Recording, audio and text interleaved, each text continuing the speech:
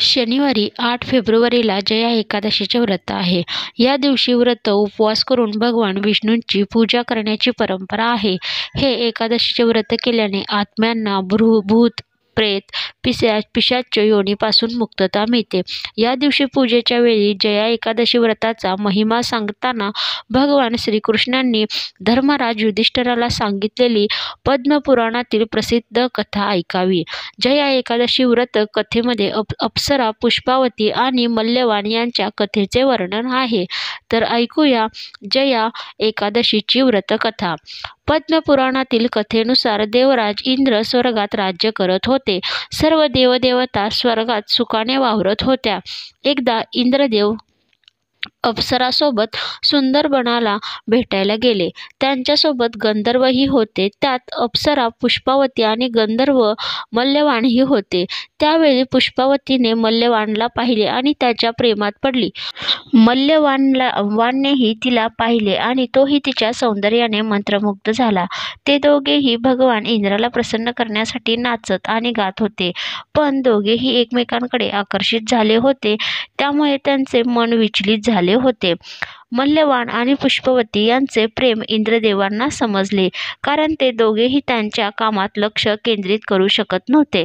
हा आपला अपमान मानून इंद्राने मल्यवान आणि पुष्पवती यांना शाप दिला. ते म्हणाले की आत्तापासून तुम्ही दोघे स्वर्गातून पृथ्वीवर राहाल आणि तेथे तुम्हाला पिशाच्याच्या रूपात दुःख भोगावे लागेल. शापामुळे मल्यवान आणि पुष्पावती हिमालयात आले आणि पिशाची योनीत दुःखी जीवन जगू लागले.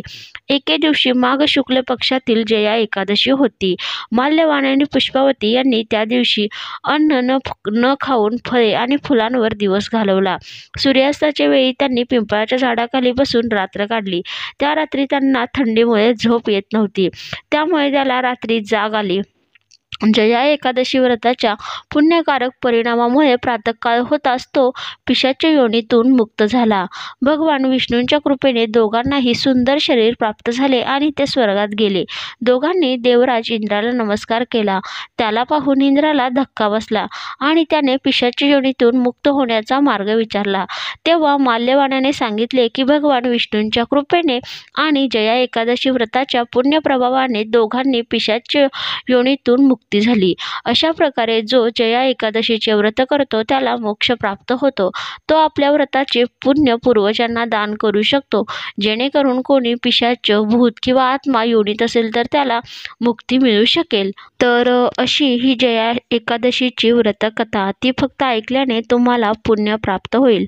तर अशाच प्रकारच्या नवनवीन व्हिडिओसाठी व्हिडिओला लाईक करा, चॅनलला सबस्क्राईब करा.